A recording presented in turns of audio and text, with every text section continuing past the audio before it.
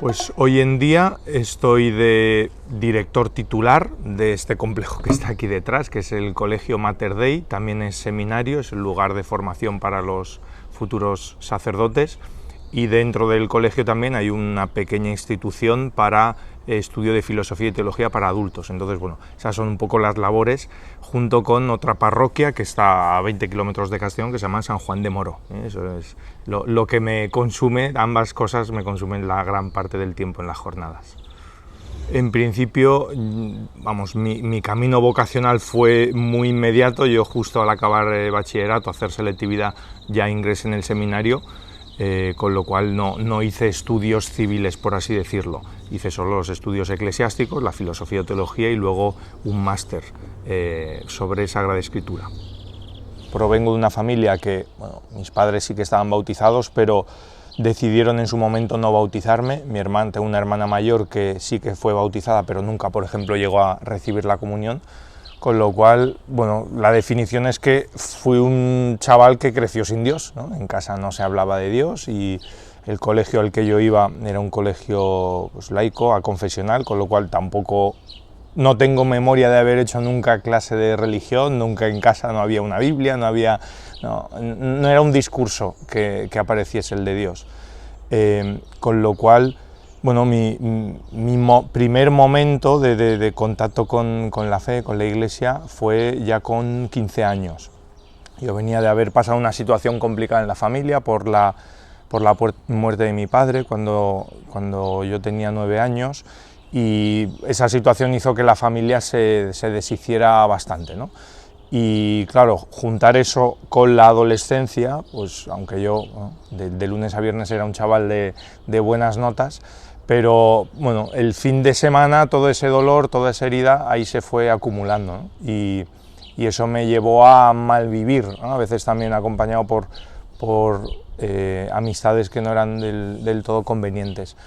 Y digamos, la puertecita a Dios fue una fiesta de fin de año, en la cual con 15 años yo pues me había quedado para ese fin de año sin plan, y un amigo que vivía en la escalera del mismo edificio, que habitualmente iba a la parroquia y con el que yo pues sí tenía amistad, tenía muy buena relación, me invitó a pasar el fin de año en la parroquia, en algo tan sencillo como una fiesta después de las uvas, ¿no? Que hubiese un poco de música, gente, y yo le dije que sí, con una única condición, que no me hablasen de Dios, ¿no? Y bueno, fue acceder, ir a esa fiesta, una fiesta normalísima, y aquello fue llamativamente el primer contacto con Dios, porque aquello que descubrí yo en aquellos jóvenes, era un grupo de jóvenes de la parroquia del barrio, en torno a 50, 60 jóvenes, entre 15 y 25 años, a mí me golpeó profundamente, ¿no?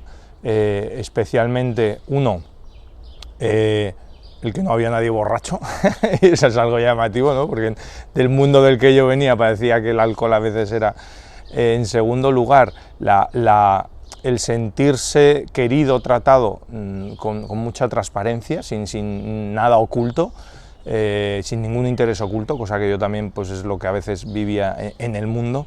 Y en tercer lugar, el cuidado, la delicadeza con la que se trataban las chicas, porque del mundo también del que yo venía, desgraciadamente es a veces el mundo que conocemos, ¿no? El maltrato, o el abuso, o el convertir a la mujer en un objeto. Entonces, esas tres cosas a mí me golpearon fuertemente. No sabía nada de Dios, pero yo dije, ¿por qué estos viven así y viven alegres? Y tal fue así que esa fue la decisión de empezar a conocer la fe cristiana. Al día siguiente fui a misa con ellos, la primera vez que entraba en una iglesia, y a partir de ahí empecé un camino de catequesis, o sea que fue todo muy... El Espíritu Santo vino ahí con mucha fuerza.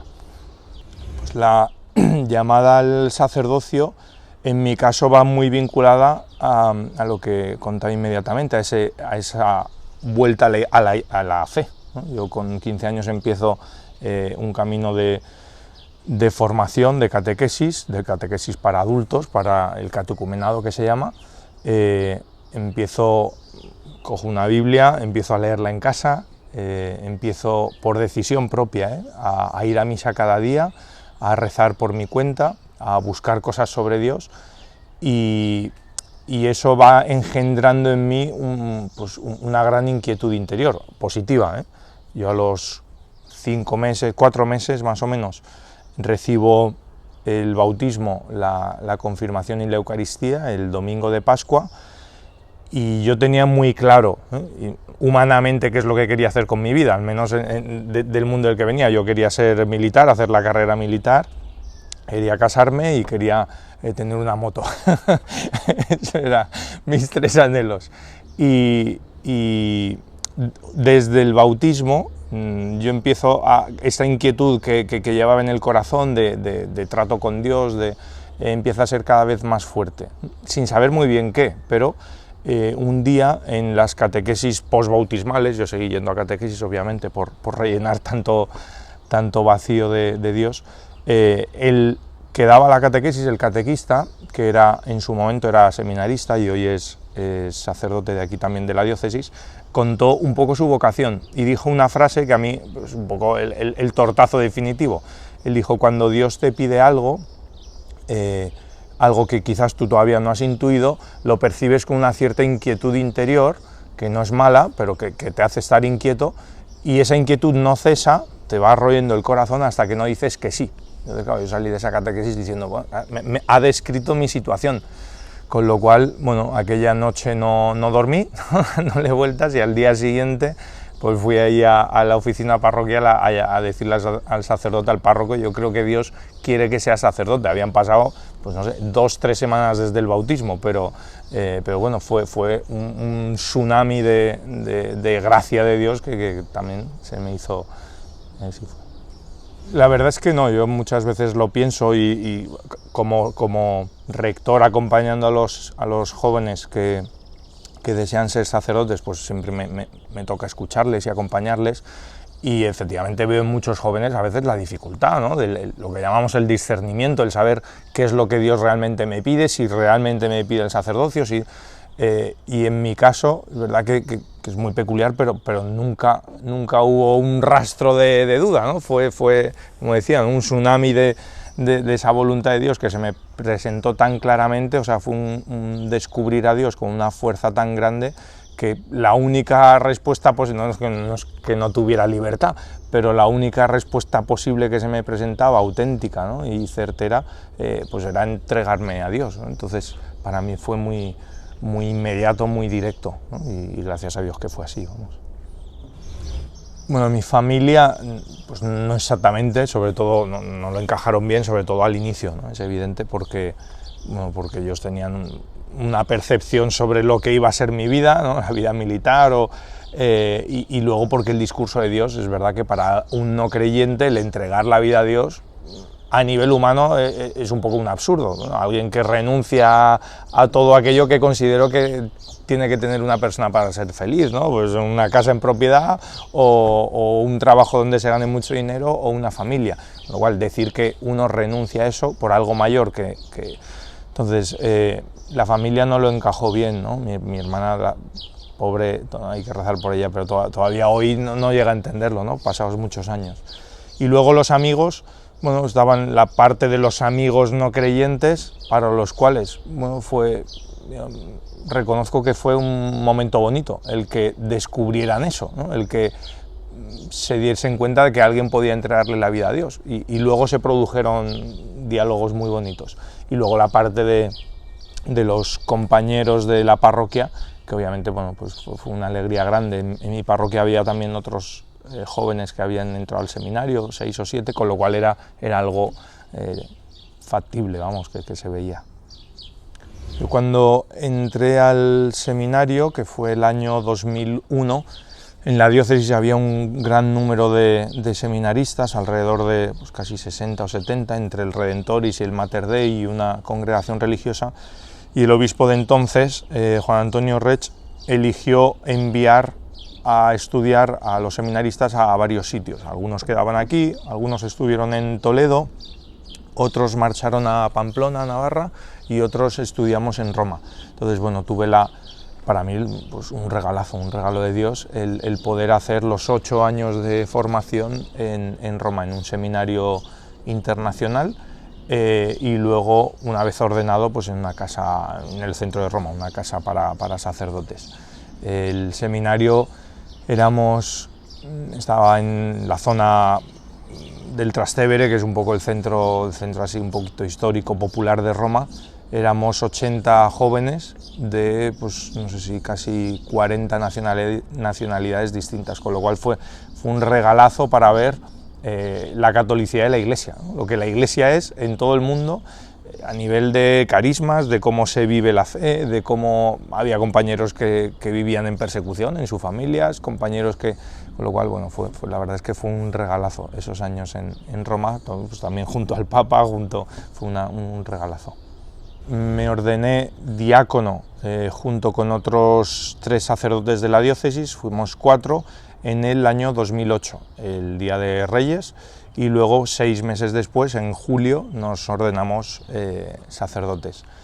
Yo todavía me faltaba un año para acabar la licenciatura, porque el máster que yo hice es un máster un poco más largo de lo habitual, con lo cual todavía me quedaba un año de estudios, acabar el TFG y alguna asignatura, con lo cual volví a Roma.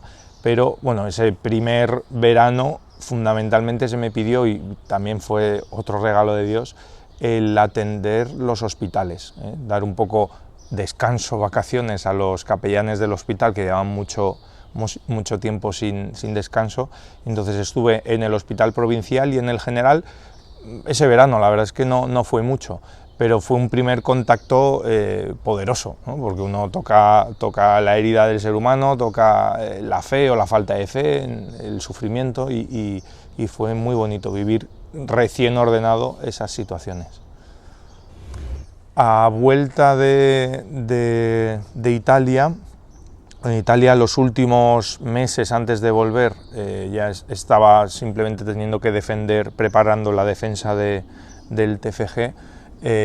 Acompañé una comunidad, una parroquia en el sur de Italia, que fue una preciosidad, porque es una vivencia de la fe también a la que a veces aquí no estamos tan habituados, una fe que lo permea todo, que lo toca todo, y era un pueblecito muy pequeño en el borde del mar, que fue una experiencia como sacerdote también muy bonita.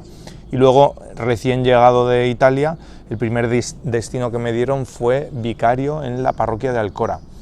En Alcora, ahora mismo tiene alrededor de 10.000 habitantes, eran un párroco, otro sacerdote, vicario, y acudí yo como segundo vicario. Con lo cual, bueno, 3 sacerdotes en una parroquia, aquello fue muy divertido, la verdad es que fue una vivencia muy bonita, y se trabajó mucho, la verdad es que fueron 2 años, estuve allí, muy intensos, pero muy agradables, ¿no? de trato con los jóvenes, con matrimonios, y sobre todo también de fraternidad sacerdotal, ¿no? De acompañarnos en las vivencias del día a día, en las comidas. De allí, al cabo de 2 años, yo pasé a un pueblo prácticamente al otro lado del valle del Alcalatén, que era el pueblo de Vilafamés. Allí había habido pues, una serie de problemas con el párroco, con lo cual el pueblo se había quedado sin párroco, con una herida arrastrada por parte de la gente y con la dificultad de aceptar, por así decirlo, ese destino, pues porque todavía seguían noticias en televisión, etc. Y yo, la verdad es que ahí también lo viví como una llamada de Dios. Yo recuerdo cuando tenía que dar el aviso en la parroquia precedente, pues de la situación que se había generado en ese pueblo, yo sentí una voz de Dios que me decía, pues ves tú, ves tú. Y yo pues no me gusta, porque tendencialmente ponerme o delante de una cámara o ponerme delante de un problema, pues tampoco es que me...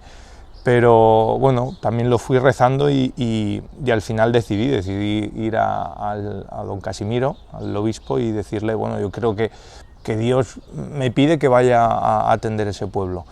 Y allí fueron 5 años, fue pues una vivencia dura por todo lo que había sucedido, porque las primeras llamadas todavía eran de Antena 3, Telecinco, de La Sexta, y entonces fue una labor de reconstruir todo de cero, ¿no? De curar las heridas de la gente, pues de abrir la iglesia, de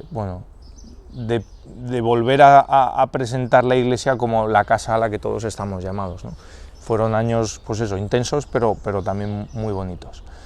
Y de allí ya pasé al Mater Dei, que es donde estoy ahora, primero trabajando como capellán y luego como director titular. El director titular es la persona un poco de referencia que hace enlace con el obispo, con la diócesis a quien pertenece el colegio, y lleva pues labores a nivel de gestión, de acompañamiento, de ideario.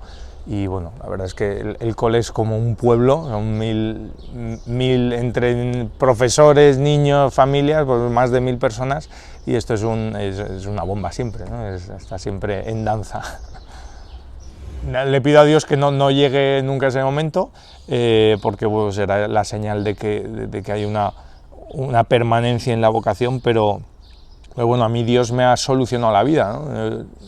A los chavales aquí en el cole muchas veces les digo que llevo ahora como cristiano 25 años, me bauticé en el 99 y no he sido nunca infeliz, no he tenido un rastro de infelicidad bueno, uno pasa por sufrimientos y por dificultades pero no ha habido un rastro de infelicidad, ¿no? Entonces, bueno, la ecuación es fácil, ¿no? Es igual Dios, ¿no? Entonces, gracias a Dios, con la vocación ha sido también así.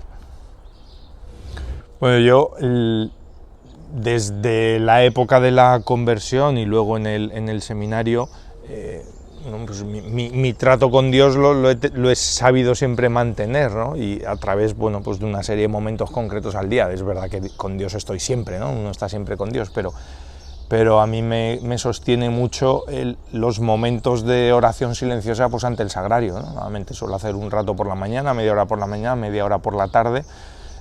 Aquí, justo también en esta casa, se reza muy bien, porque se oyen los pájaros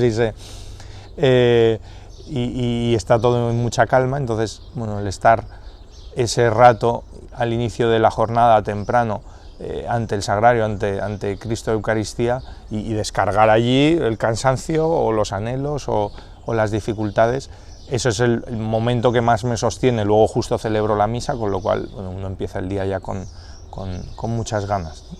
Es el momento.